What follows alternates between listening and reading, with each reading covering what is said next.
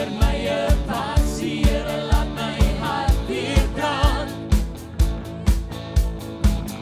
Kom ek soek die vuur om my binnekant. Gee my 'n hart. Kom ons begin weer by 1 Petrus hoofstuk 2. Ons het die laaste paar weke, mag ek amper sê die laaste paar maande, 'n studie gemaak van die boek van Petrus, 1 Petrus.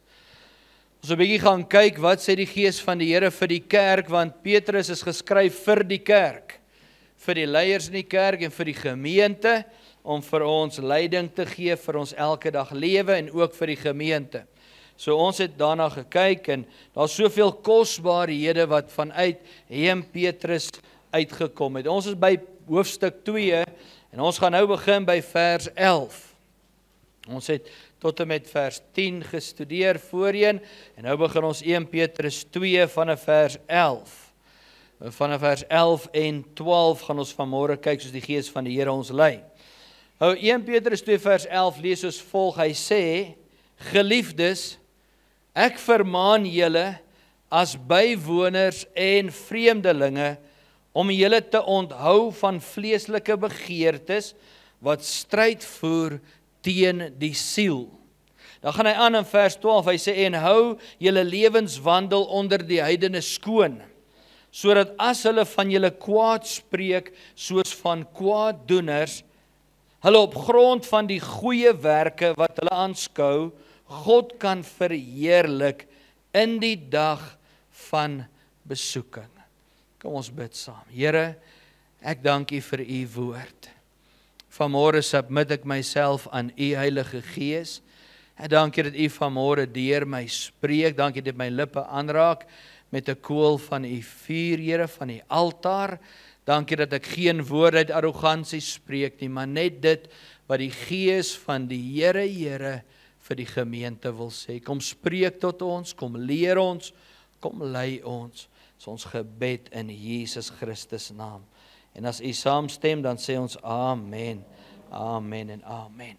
Kom ons lees weer vers 11, die A-gedeelte daar, lees ons, die woord van die Here sê, geliefdes, met ander woorde, die woord van die Here, Petrus praat met die kerk, die liggaam van Christus, u en my, as hy geliefdes, ek vermaan julle. Wanneer iemand vermaan, dan is dit 'n ernstige gesprek, dis hy wil sy fokus aandag na wat hy sê, en is amper, ek wil sê, nie 'n teregwysing nie, maar 'n rigtingaanwyser, om te sê, ek wil hê jy moet hoor en ag gee. Dan sê hy, geliefdes, ek vermaan julle as bywoners en vreemdelinge. Sê gou saam met my, bywoners en vreemdelinge. Nou voor ek aangaan, ek weet nie van u nie, maar die eerste geleentheid toe ek hierdie versgedeelte lees, en ek lees daai woorde as bywoners en as vreemdelinge. Toe wonder ek so by myself, dit maak nie vir my sin nie, om eerlik te wees. My God is dan die koning van die konings. Ons is Christene, ons is kinders van die Here, ons is seuns en dogters. Ons is nie net mense wat eenkant maar net daar is nie, jy staan nie op die kantlyn as 'n onbelangrike persoon nie, nee, ons is bruid van Christus. Dis mos wie ons is, en net 'n paar verse voor dit, leer ons in die woord van die Here, sê God se woord vir ons, julle is 'n uitverkore nasie, julle is 'n heilige volk, julle is God se priesterdom, julle is sy kinders. Hoe kan vers 11, 2 verse later kom en sê, nou is julle bywoners en vreemdelinge? Ek weet nie, maar dit het nie vir my sin gemaak, toe ek dit net so lees nie, en toe ek so 'n bietjie gaan dieper kyk, en op die Heilige Gees wag, toe openbaar die Here maar net weer sy woord vir ons. En die belangrikheid is dat ek en u hierdie versgedeelte en God se woord in konteks moet lees en kan verstaan. Want as jy net een vers uithaal of 2 verse, dan kan dit gebeur dat jy dit misinterpreteer. En vanmôre wil ek hê ons moet so 'n bietjie kyk na hierdie gedeelte, want jy is nie net 'n vreemdeling of 'n bywoner in die sin van dat jy nie belangrik is vir God nie. Dis nie dat hy jou nie ken nie en jou nie deel van sy lewe het nie, maar wanneer ons dit lees, dan sê God eintlik, dit verwys na ons tydelike lewe hier op aarde. Terwyl ons nog hier op aarde is, word ek en jy gesien as vreemdelinge. Ons word gesien as 'n tydelike lewe, as 'n bywoner. Hoekom? Want ons het 'n ewige woning in die hemel saam met die Here Jesus. Dat wanneer hierdie tydelike lewe op aarde verbygaan en die ewige hiernamaals vind plaas, dan is daar 'n plek waarheen ons gaan, waar ons vir altyd saam met Jesus sal wees. Maak dit sin as ons dit so lees? Ek wil dit duidelik stel, want anders voel dit half asof die woord hom weerspreek, en die woord van die Here weerspreek homself glad nie. En tweedens, die woord van die Here sal ons nooit, as Jesus ons kom red het en vrymaak en ons kom verlos het, in dieselfde asem verkleineer en minderwaardig wil laat voel nie. Inteendeel, God sê, julle is my bruid, julle is my kinders. Julle is my heilige priesterdom. Julle is, you are royalty, kan ek dit so stel? Hy sê, maar, terwyl julle op aarde is, moet julle weet, dis nie julle ewige woning nie. Dis nie waar julle vir altyd gaan wees nie. In die wêreldse perspektief word jy gesien dalk as 'n vreemdeling en as 'n bywoner, en daarom moet jy ag gee. Hoekom? Want ons strek ons uit na dit wat voor lê. Ons trek ons uit daarna om by die Here Jesus te wees. Paulus sê, of ek hier is of ek by die Here is, dis vir my dieselfde. Hy sê, ek wil graag by die Here wees, ek wil graag my doel daar bevind, ek wil graag hom aanbid in sy teenwoordigheid wees. Hy sê, maar sover dit God behaag. Hy sê, maar solank as wat ek hier is, gaan ek my wedloop hardloop, nie net om tweede te kom of om derde te kom nie, ek gaan hardloop om te wen. Nie iemand anders is 'n wedloop nie, jou wedloop. Onthou, ons elkeen hardloop ons eie wedloop. Dan kom hy sê, ek slaan met die vuis in die lug, soos een wat nie net weet waartoe hy slaan in die lug nie, ek slaan doelgerig. Ek het 'n doel, ek weet waarheen ek op pad is, en ek weet wat u plan is vir my lewe. Met ander woorde, met daai besef, dan weet ons dan, ek is nie 'n vreemdeling vir God nie. Ek is nie net 'n bywoner nie, ek is sy seun en sy dogter, en ek is op pad na 'n ewige lewe saam met Jesus. Die Here Jesus wil hê jy moet nooit voel soos 'n vreemdeling nie. Hy wil nooit hê jy moet minderwaardig voel nie. Hy het juis kom sterf in die woord van die Here op die kruis, Jesaja 53, en hy het ons, dit wat ons toekom, het hy op hom geneem, en hy het met sy bloed betaal, sodat ons vry kan wees. Sê gou vir iemand langs jou, jy's kosbaar en jy's waardevol. Sê vir iemand daar, jy's nie net 'n vreemdeling in God se oë nie. Jy's nie 'n bywoner in God se oë nie. Jy's sy kind, jy's sy bruid, jy's sy eiendom. En dit is belangrik om dit te verstaan. En wanneer ons dit verstaan, dan weet ons burgerskap is nie van hierdie aarde nie. Ek en jy mag dalk 'n ID-boek hê, wat sê RSA, Republiek van Suid-Afrika, jou naam mag daar wees en alles, maar dit is net jou tydelike paspoort, jou tydelike ID. Jou identiteit is in Jesus Christus as bruid van Christus. En dis waar ons burgerskap lê. Dis waar ons ewige lewe lê. Dis waarheen ons op pad is. Met ander woorde, ons lewe hier op aarde kan gesien word as 'n pelgrimsreis. Ons lewe hier op aarde kan gesien word as 'n tydelike lewe op pad na my permanente tuiste. We are just, hoe sê hulle, passing through. I'm on my way to heaven. Ken julle daai ou lied? I'm on my way to heaven. Dis 'n lewe wat elkeen van ons sal lewe en wat ons sal deurgaan, is om by die Here Jesus te wees met 'n ewige burgerskap. En niks kan dit verander nie. En die rede hoekom ek vanmôre so 'n bietjie hier by stil staan is, want soos wat ons verder gaan in 1 Petrus 2 en 1 Petrus 3, gaan ons bou op hierdie beginsel dat ons burgerskap in die hemel is en nie op die aarde nie. Dat ons ewige tuiste in die hemel is en nie op die aarde nie, en dat dit wat God van ons verwag, moet ons besef terwyl ons op die aarde is, maar met 'n hemelse perspektief aanpas. Want as ons na dit vleeslik gaan kyk, gaan alles nie altyd sin maak nie.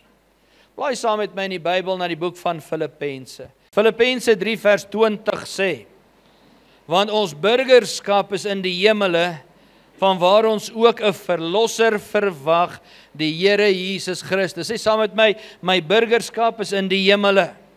Vers 21, wat ons vernederde liggaam van gedaante sal verander. Met ander woorde, hierdie liggaam gaan verander, hy gaan ter aards beweeg, ons gaan 'n verheerlikte liggaam hê, die oomblik as die bassein blaas, en ek dink dit mag dalk kom soos daai klapgeluid wat ons nou gehoor het, in 'n oogwink skiedelik sal ons van aardse gedaante verander na 'n hemelse gedaante, geklee in die heerlikheid van die Here. En dan sal ons by die Here wees. Hy sê daar om gelykvormig te word aan sy verheerlikte liggaam, volgens die werking waardeur hy ook alles aan homself kan onderwerp. Amen. Amen. So kom ons lees weer vers 21 daar. Hy sê, wat ons vernederde liggaam van gedaante sal verander, om gelykvormig te word aan sy verheerlikte liggaam. Wie's daai? Dis Jesus Christus se liggaam, nê? Volgens die werking waardeur hy ook alles aan homself kan onderwerp.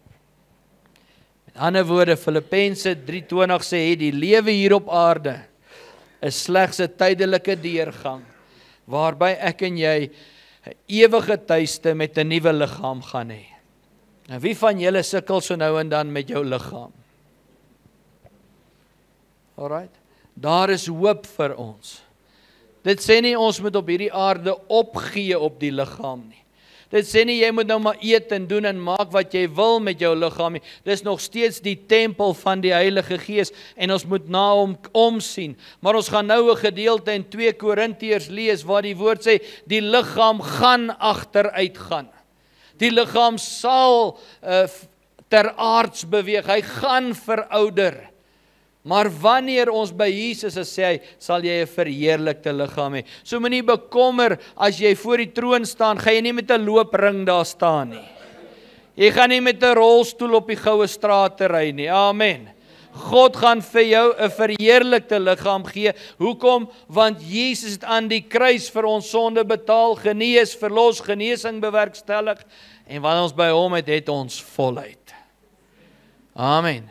So wanneer ons in die kerk lofprysing en aanbidding doen en die larig word so seer, moenie worry nie, jy het 'n nuwe rug in die hemel. Wanneer die voete swel, moenie worry nie, jy het nuwe voete in die hemel. Maar dit is belangrik dat jy op hierdie aarde die geleentheid gebruik om hom te aanbid. Amen. Nou kom ons lees 2 Korintiërs 4 vers 16. Ons gebruik baie maal hierdie gedeelte by begrafnisse, maar ek dink dit het soveel krag vir jou en my lewe in hierdie journey waarin ons is en met die wete, daar's vir ons 'n burgerskap, daar's iets waarheen ons gaan. 2 Korintiërs 4 vers 16 sê, daarom gee ons nie moed op nie, maar al vergaan ons uiterlike mens ook. Wat sê hy daar? Hy sê, al vergaan die liggaam, die uiterlike mens, dit wat jy kan aanskou, wat jy kan voel, wat jy kan raak, wat jy kan ruik. Hy sê, al vergaan die uiterlike mens ook, nogtans word die innerlike mens dag na dag vernuwe.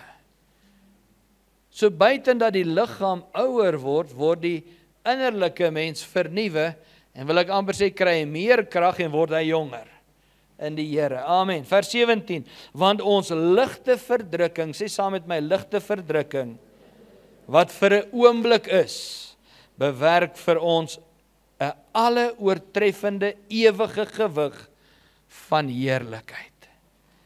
Wat sê hy daar? Ons het in alles 'n ewige gewig van heerlikheid. Dan vers 18, omdat ons nie let op die sigbare dinge nie, maar op die onsigbare dinge. Want die sigbare dinge is tydelik, maar die onsigbare is ewig.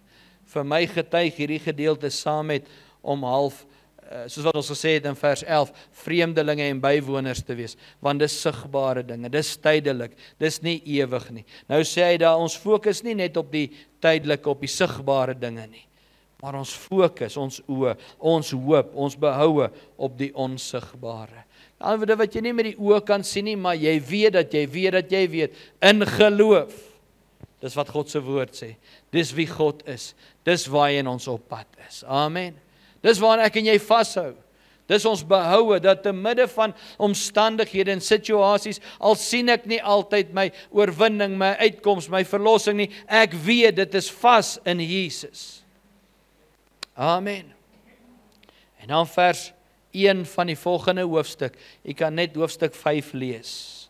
2 Korintiërs 5 vers 1 sê daar, want ons weet dat as ons aardse tentwoning afgebreek word, weer eens verwys hy na die liggaam, nie na die gebou of 'n tent regtig waarin jy bly nie, jy's die tempel, die tent, die woning van die Here. Hy sê, want ons weet dat as ons aardse tentwoning afgebreek word, ons 'n gebou het van God, 'n huis nie met hande gemaak nie, ewig in die hemele. Nou 'n paar weke terug in hierdie selfde hoofstuk het ons gelees waar die Here sê, jy's 'n steen wat ingebou word saam met die lewende steen, Jesus Christus, in sy gebou wat ewig bly staan. So dis iets wat ons nie fisies moet aanskou nie, maar geestelik moet sien, ons is deel van die Here, ons is sy tempel en ons burgerskap is by die Here. So kom ons lees nou weer vers 11 daar. Hy sê, geliefdes, ek vermaan julle as bywoners en vreemdelinge. Dit het ons nou bespreek. Nou sê hy, om julle te onthou van vleeslike begeertes wat stryd voer teen die siel. Met ander woorde, as bywoners en vreemdelinge op hierdie aarde, vermaan die Here ons, vra hy ons, leer hy ons, om ons te waarsku, dat ek en jy ons harte nie verloor op aardse, wêreldse, vleeslike dinge nie. Ons sê baie maal vir iemand, ag dis maar net aardse besittings, maar ons hou so vas baie keer aan daai aardse besitting. Maar nie worry nie, weet jy wat, as God met jou is en vir jou is, moet hy vir ons meer belangrik wees as die vleeslike dinge. Nou hierdie gedeelte sê so belangrik, hy sê om julle te onthou. Wat beteken om te onthou? Dit beteken om nie deel te hê nie. Om jou te weerhou. In ander gedeeltes verduidelik hy en hy sê om weg te hardloop. Om weg te loop. Om agter te laat. Met ander woorde, wat sê hy vir ons? Hy sê, ek wil hê julle moet julle onthou. Ek wil hê jy moet weghardloop. Ek wil hê jy moet wegloop van vleeslike begeertes. Wat is daai vleeslike begeertes? Dis daai drange, daai dinge waarna die vlees smag. Dis daai goeters wat ons wil van buite af insit of deel van ons maak om vervulling te kry, om beter te voel of om van die pyn ontslae te raak of om net beter te lyk as ons in die spieël kyk. Amen. Dis daai dinge wat skeiding maak tussen jou en God. Dis daai dinge wat jou vrymoedigheid wegvat om God te kan aanroep, om te kan bid, om te kan worship. Dis daai dinge wat jou vrymoedigheid wegvat om met die blydskap van die Here te kan lewe. Dis daai vleeslike dinge wat stryd voer. Die woord sê teen die gees, teen die siel. Kom ons lees daar. Hy sê om julle te onthou, te weerhou, weg te hardloop van vleeslike begeertes wat stryd voer teen die siel. Wat is stryd voer? Dis oorlog. Okay? Waar is die siel van die mens? En wat is die siel van die mens? Dink gou vir 'n oomblik. Jou siel word gekonnekteer aan jou brein. Met ander woorde, jou gedagtes, jou denke, jou intellek, jou emosie, jou gevoel. Nou wat sê hy eintlik hier vir ons? Hy sê ek wil hê jy moet jou onthou van daai vleeslike dinge wat oorlog maak teen jou gedagtes, jou denke, jou siel, jou emosie. Romeine 12 kom baie duidelik en hy sê jy moet jou gedagtes vernuwe, hernie volgens God se woord. Amen. Daagliks. So wat sê die Here hier vir ons in sy woord? Hy sê pas op vir vleeslike dinge. Pas op vir daai goeders wat maklik kom. Pas op vir daai goed wat jou lekker laat voel. Pas op vir dit wat skeiding maak, weerhou, want daar's 'n oorlog. Daai goed beïnvloed jou gedagtes. Wie van julle het al Sondagoggend by die kerk gekom? En as jy uitstap by die kerk, dan het jy 'n woord van die Here ontvang. Jy's gecharged, jy's energiek, jy wil net die Here gaan dien en met blydskap uitgaan. En jy skaars by hierdie hek uit, dan kry jy 'n oproep, of iets gebeur, en dan is dit 'n negatiewe situasie, daar het iets fout geloop, en dis amper onmiddellik, asof jou joy, jou blydskap, dit wat jy by die Here ontvang het, asof dit net weg is. Jy sit daar by die huis, jy het jou stilte tyd, in jou binnekamer, waar dit ook al vir jou gemaklik is, jy ontmoet die Here, dit voel letterlik vir jou, asof jy nie op hierdie aarde, jy het 'n ontmoeting met die Here, en dan stap jy uit, en as jy uitstap, dan sit Sissie daar en wag vir jou met die haarborsel. Dan moet jy jou hare uitkom, so ek dink die mamas weet wat dan gebeur. En dan kom Boetie daar aan, dan sê hy vir hom, trek aan jou skoolklere, hy gaan nie vandag skoolklere aantrek nie. Jy sal skoolklere, want jy moes, ek gaan nie skoolklere aantrek nie. In die winter wil hy met 'n kortbroek skool toe gaan. Trek aan jou, ek sal my vellies aantrek, maar ek trek nie skoolskoene aan nie. Daar is altyd so beklei, jy was nou net by die Here, jy het ontmoeting met hom gehad, jy's lus vir hierdie dag, en vleeslike dinge gebeur, en dit gooi jou amper heeltemal van balans af. Wat doen Petrus? Hy waarsku ons hier. Hy sê, julle moet weet dat julle moet anders te dink as mense wat vleeslik dink. Hy sê, pas op vir die vleeslike dinge, pas op. Nou, ek dink ons kan so baie voorbeelde gebruik van geleenthede in ons elke dag lewe, wat die vlees, die siel, die goede wil aanval. Maar die Here deel met ons, hy sê, ek wil hê jy moet weerhou daarvan, onthou daarvan. Praat met jouself, leer jouself. Leer jouself die dissipline in Christus, om te kan sê ja en om te kan sê nee. Jy het die reg om te kan sê ja en die reg om te sê nee in Christus Jesus, vir versoeking en beproewing en goed, wat jou joy wil steel. Baie keer sien ons nie daai dinge nie, dis 'n ervaring, dis 'n gevoel, maar jy moet met daai ding praat en hom hanteer. Kan jy onthou wat ek verlede week gesê het? Jy moet hard op daai goed bestraf in die naam van Jesus. Want sy oorwinning is klaar daar, vir u en is vir my. Amen. My vraag vanmôre wat ek wil vra is, as ons kinders van die Here is, en ons sê, ons weerhou onsself van hierdie vleeslike dinge wat stryd voer in ons gedagtes, in ons denke, en ons weet, ons lewe op hierdie aarde is tydelik. My vraag vanmôre is, moet ons lewe nie dan ook daarvan getuig nie? Want dis nie net belydenis nie, dis lewenswandel. My vraag vanmôre is, wat sien mense as hulle na jou en my kyk? En ons praat nie van die uiterlike hier nie. Ons praat nie van die kar wat jy ry.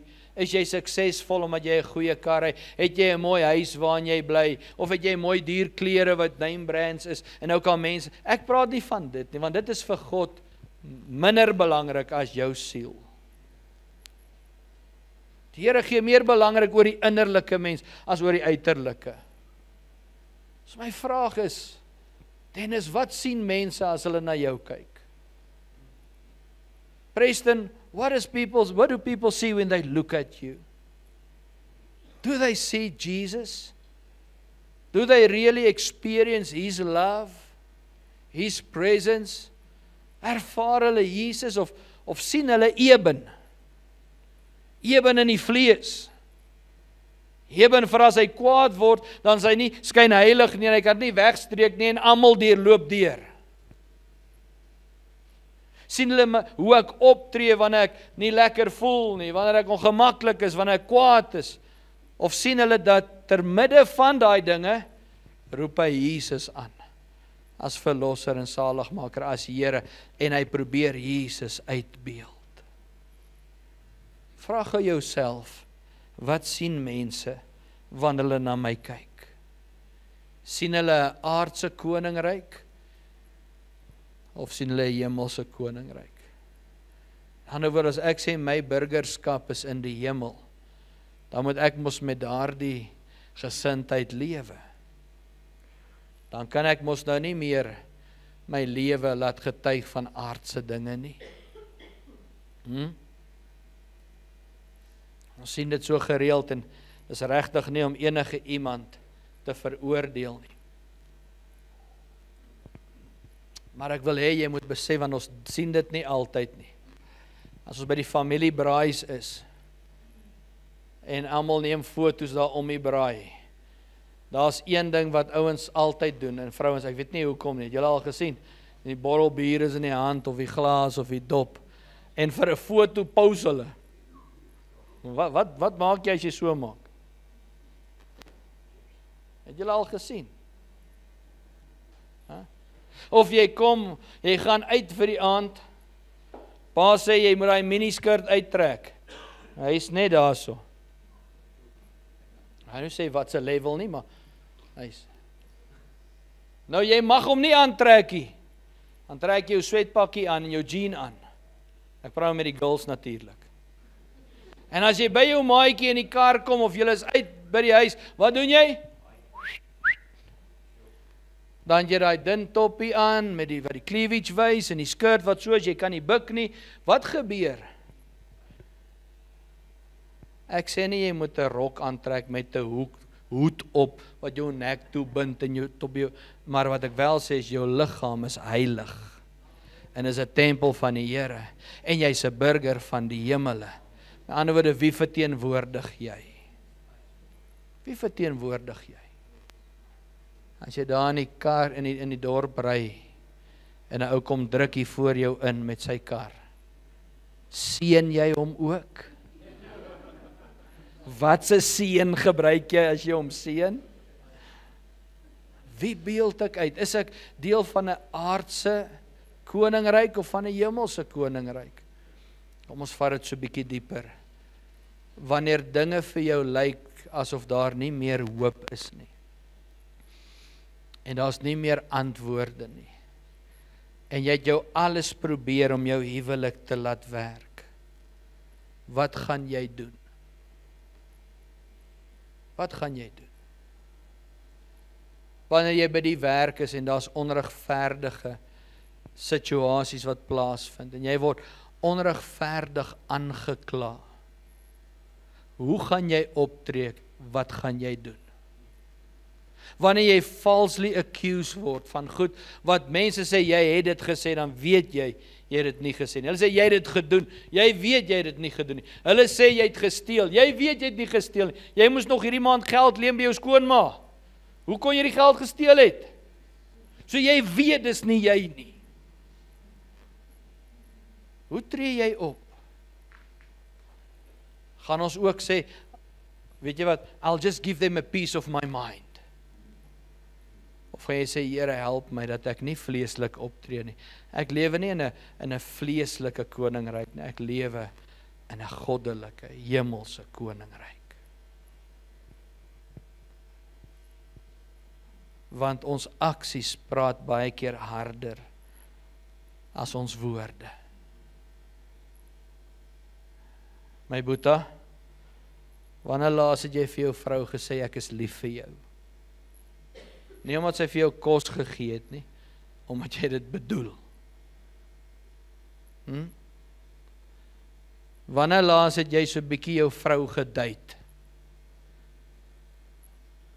Nee, daar is nie geld nie, daar is nou kinders, is jou skuld. Niemand anders se skuld as jy nie. Jy moes die koste bereken het. Wanneer laas het jy mamma gedate? Wanneer laas het jy haar gevat? En ek praat nie van die duurste restaurante met die grootste steak nie. Ek praat net vir haar sê, vat my hand, kom ons stap net om die blok. Vat 'n kombers, maak peanut butter en stroobroodjies, koffie en 'n fles, kom sit daar agter by ons huis by die rivier is verniet en net jy en mamma 'n bietjie saam. Daar's nie tyd nie, hoekom? Want ons jaag na alles, jaag na die werk, jaag om kinders by die skool te kry, jaag om alles te, en ons lewe verby mekaar. Nou wil ek jou vra, is dit regtig burgerskap uit die hemele? Is dit 'n koninklike burgerskap wat jaag na aardse rykdom? Ja, ons moet sorg, ja, ons moet help, maar ten koste van wat? Mamma, wanneer laas het jy, as jy pappa se broodjies bak vir die werk in sy kosblik, vir hom daai klein papiertjie, daai stikkies afgetrek en vir hom in sy blikkie gesê, I love you dikstukke, of ek love jou dikstukke. Jy's nog steeds my enigste. Wanneer laas het jy dit gedoen? Kom nou, as ons date en ons op honeymoon, dan doen ons die stikkies en ons prentjies maar as die kinders kom en ons raak besig in hierdie lewe, dis asof ons fokus verloor. Ek weet dit klink klein en eenvoudig, maar waarvan getuig my lewe? Voor mense praat ek so mooi met my vrou en my liefie, my skattie, en as ons hier uitgaan en by die huis kom, ek wil nie eens daai woorde noem oor die preekstoel nie. Baie van julle gaan soek dadelik haar besem om die kombuis uit te vee. Waar het julle gedink? Julle moet skoon dink in hierdie kerk. Getuig my lewe. Nou, ek wil nie teen predikers praat nie, ek wil dit nie doen nie, maar baie keer sukkel ons baie keer met ons kinders. Reg oor die wêreld, net ek nie. En baie predikante se kinders wil nie die Here dien nie. Buiten die feit dat hulle voel die kerk het hulle pa en hulle ma gesteel. Want dit vir my is ook maar 'n verskoning. Voel hulle baie keer dat dit wat pa predik en dit wat hy sê, dit lewe hy nie. Dit wat ma voorgee, dit lewe hulle nie by die huis nie. En dis iets waaraan ek moet werk en wat ek die Here konstant vertrou is, dat wat ek by die kerk is, dat dit vir my kinders ook sal wees. Dat ek dit by die werk sal wees, dat daar waar ek is, dat ek probeer met alles in my vermoë om darm eerbaar te lewe. En wanneer ek val, dit te kan erken en sê, my kind, dis nie hoe pappa dit moet doen nie. Vergewe my. Kom ons probeer dit regmaak. Maar jy sien wat gebeur? Ons het hierdie voorgee. Dis 'n hemelse burgerskap en koninkryk, maar ons lewe met 'n aardse perspektief. Ons wil hemel toe gaan, maar ons wil die aarde geniet. Jy kan dit geniet, maar nie ten koste van jou saligheid nie. Amen. Maak dit sin vanmôre?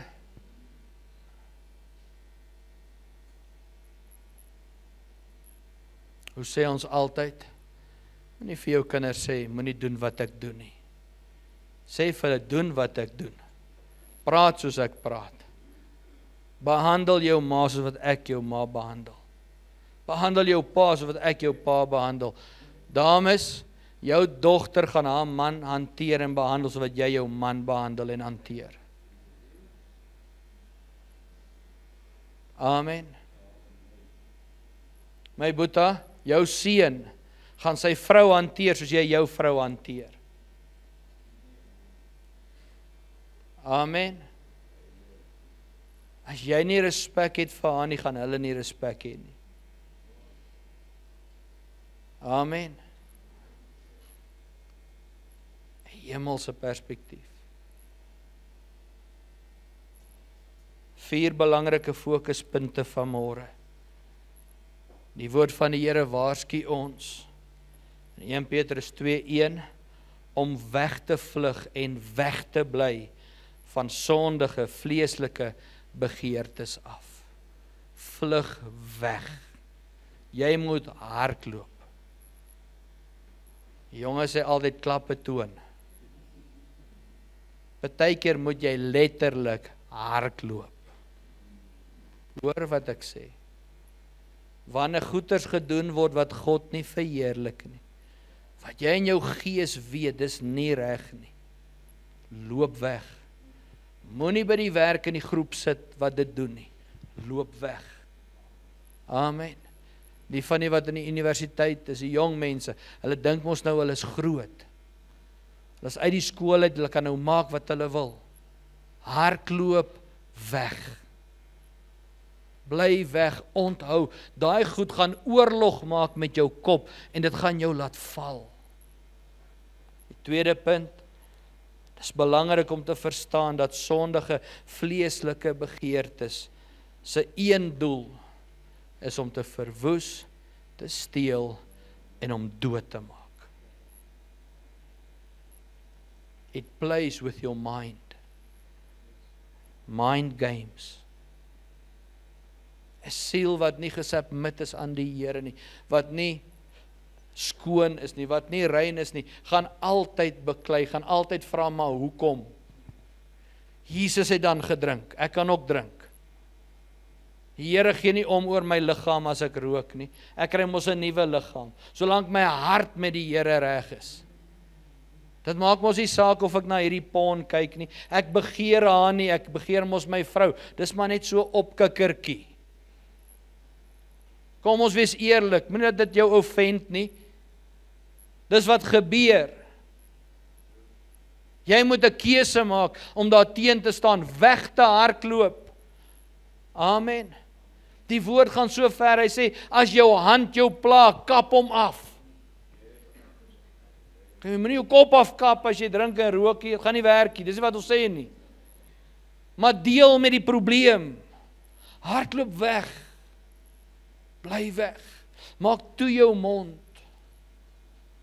Amen. Nommer 3, of mag ek eers sê, Jakobus 4 vers 7 sê, onderwerp julle aan God. Weerstaan die duiwel en hy sal van julle wegvlug. Die fokus hier is onderwerping aan God. Hy sê submit unto God. Then resist the devil and he will flee. Derde punt is ons identiteit as Christene, as kinders van God, mag ek sê as vreemdelinge en bywoners op hierdie aarde, is die basis vir ons opdrag en ons gedrag en ons optrede. Aan die ander woorde, dis net tydelik. So dis die moeite werd om te offer. Sê gou vir my, wat is die oudste wat mense op die aarde op hierdie stadium word? Oor die algemeen, dink ek, vandag sal daar tussen 60 en 70. Die Bybel sê 70 en 80, as jy sterk is. Okay? Dis nie meer 120 nie. So kom ons sê 60 tot 70.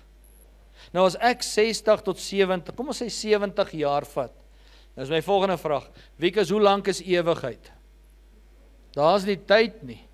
Daar is nie 'n horlosie nie, daar is nie dag nie, daar is nie nag nie, daar is nie weke nie. Aan die ander woorde, dit is vir altyd. Daar is geen einde nie.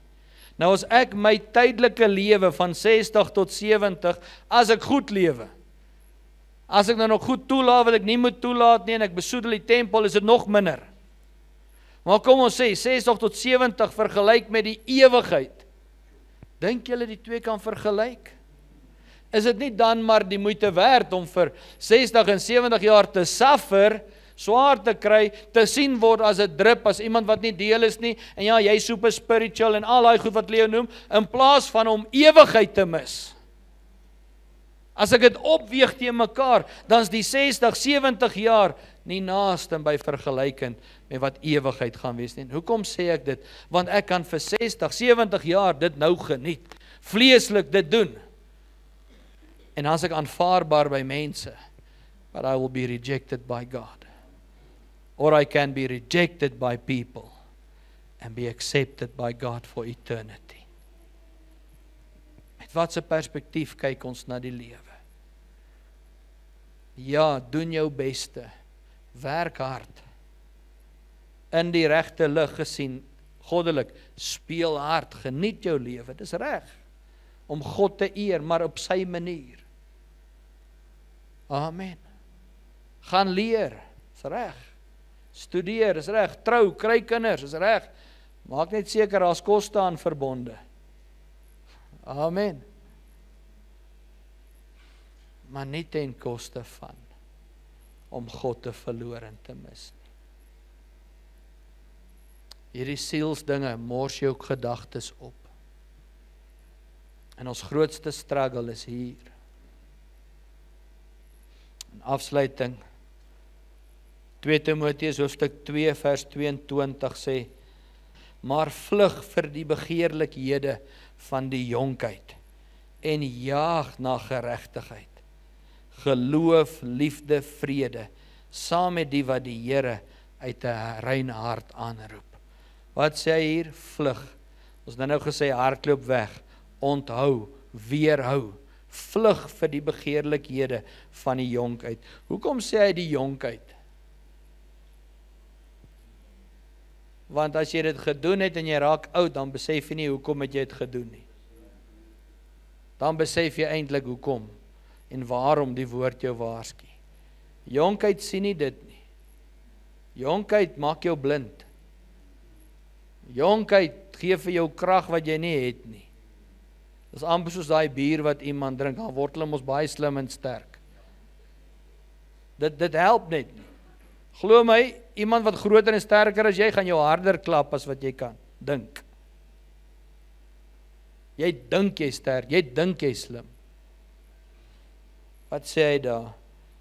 Maar vlug vir die begeerlikhede van die jonkheid en jaag na die geregtigheid, geloof, liefde, vrede, saam met die wat die Here uit 'n rein hart aanroep.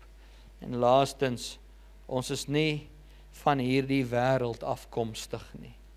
En ons toekoms is nie ewigdurend op die aarde nie.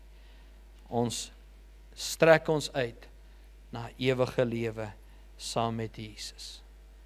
So wanneer ons 1 Petrus hoofstuk 2 vers 11 lees, dan sê hy: AGS nuwe begin, my geliefdes, ek vermaan julle as vreemdelinge en as bywoners om julle te onthou van vleeslike begeertes wat stryd voer teen julle siel.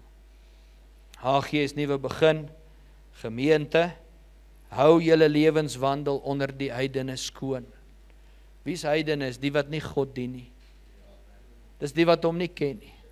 Hy sê, laat jou lewe getuienis wees, sodat hulle, wanneer hulle kwaad van jou spreek, soos van 'n kwaaddoener, hulle op grond van jou goeie werke, wat hulle aanskou, God kan verheerlik in die dag van besoeking. So wanneer iemand na my toe kom en sê, het jy gesien hoe dronk was Piet Vrydag aand, hier by die pap op die hoek, dan sê ek vir hom, bly stil. Ek ken vir Pieter. Ek weet hy was nie daar nie. So moenie verder van hom praat nie. Hoekom? Want ek ken my boetie. Sy lewe getuig meer as wat ander kan sê. Ek weet waarvan het God hom verlos. Amen. As iemand na my toe kom en sê, ja maar, het jy gesien wat Adrie gesê het nou alweer? Dan moet ek soveel vertroue in die Here hê, dat ek weet dat die Adrie met wie ek in verhouding staan, as boetie en sussie in Jesus Christus, sal nie dit doen nie. Want haar lewe getuig van iets anders. Amen. So wanneer hulle kwaad spraak van jou, kwaad praat van jou, beskuldig, dan moet die hoorder kan sê, dis nie die een wie ek ken nie. Weet jy, waar is die probleem as hulle van jou praat, en die hoorder bly stil en hy sê, ja, laat ek maar stil by, ek ken nie hierdie een nie. Laat ek maar maak, ek weet nie van Vaantjie se streke nie. Want ek weet, hy is 'n ander mannetjie daai. Hoor jy wat ek sê? Maar nou, wanneer hulle van hom praat, dan kan ek sê, miskien 2 jaar terug, miskien 3 jaar terug, maar ken jy vir Vaantjie vandag? Weet jy, hy het sy saak en sy lewe met Jesus reggemaak. Hoekom? Want sy lewe getuig. Dis nie meer die ou Eben nie, dis nie die ou Benita nie, dit is die nuwe in Jesus. En dis ons bou, dis waar ons vashou. So meer as ooit van tevore, moet ek en jy daarna streef. Amen. Het jy Jesus lief vanmôre? As iemand na jou kyk, dan moet hulle Jesus sien. Jesus voel. Is dit maklik Tannie Mariaan? It's doable. Is dalk nie maklik nie, maar is doable. Jy hoef nie jou standaard te laat faal nie. Jy lewe volgens ander standaarde. Jy hoef nie bedrog te pleeg, omdat almal in jou bedryf dit doen nie. God sal vir jou voorsien. Hy sal 'n weg baan. Jy hoef nie mense om te koop nie. God sal voorsien. Weet jy wat, daai ou wat jy omkoop, dis hy wat jou nie gaan betaal nie. Dis hy wat gaan lank vat om te betaal.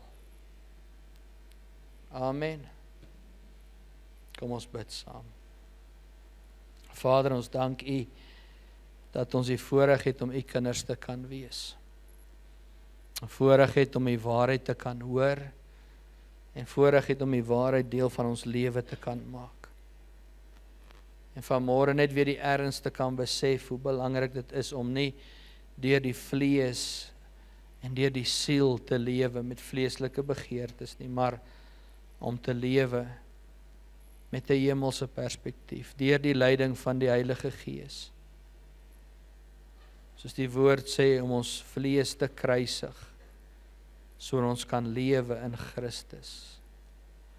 Ek wil vra, Here, dat U vir my, vir elkeen van ons, sal help met wysheid en insig, met onderskeiding van gees, om te kan weet wanneer om te stop, wanneer om te praat, wanneer om stil te bly, wanneer om te reageer en wanneer om te weerhou en weg te hardloop. Ons begeerte is om U te verheerlik, U groot te maak, U te aanbid. So ek vra dat U ons sal lei in die volle waarheid. Ek wil ook vra vir elkeen wat vanmôre hier is, elkeen wat gekom het, Here, met 'n verwagting, elkeen wat soekend is, wat honger is, wat sy harte benoud voel vanmôre, ek wil vra dat U by hulle sal stil staan. Heilige Gees, ek wil vra dat U bindinge en bande sal breek. In Jesus naam. Swaarmoedigheid sal verwyder. Bekommernis sal uitsorteer. Die woord sê, hy wat wysheid kort kom, moet van God bid, wat vrywillig gee sonder om te verwyd. Ek bid vanmôre vir die wat liggaamlik moeg is, Here, wat in hulle lewens wandel so jaag om kop bo water te hou. Wil U nie vanmôre hulle kom net weer versterk en bekragtig nie. In Jesus naam vra ons dit. En dan vra ons ook dat die bloed van Jesus deur elkeen sal spoel. En elke siekte, elke krankheid, elke ding wat skeiding maak of wat wil kom verwoes, dat U bloed dit sal kom vernietig en kom verwyder. In Jesus naam. Dankie dat ons gemeente geken word as 'n gesonde gemeente. 'n Gemeente van vrede en liefde. 'n Gemeente wat verlos is in die bloed van die Lam. 'n Gemeente van eenheid. Ons eer U daarvoor in Jesus naam. En nou dank ek U dat die vrede van God, wat alle verstand te bowe gaan, met ons sal wees. Vandag, môre, vir die res van ons lewe. Ons dank U daarvoor in Jesus naam. En as U saamstem, dan sê ons amen. Amen en amen. Amen. Loof die Here.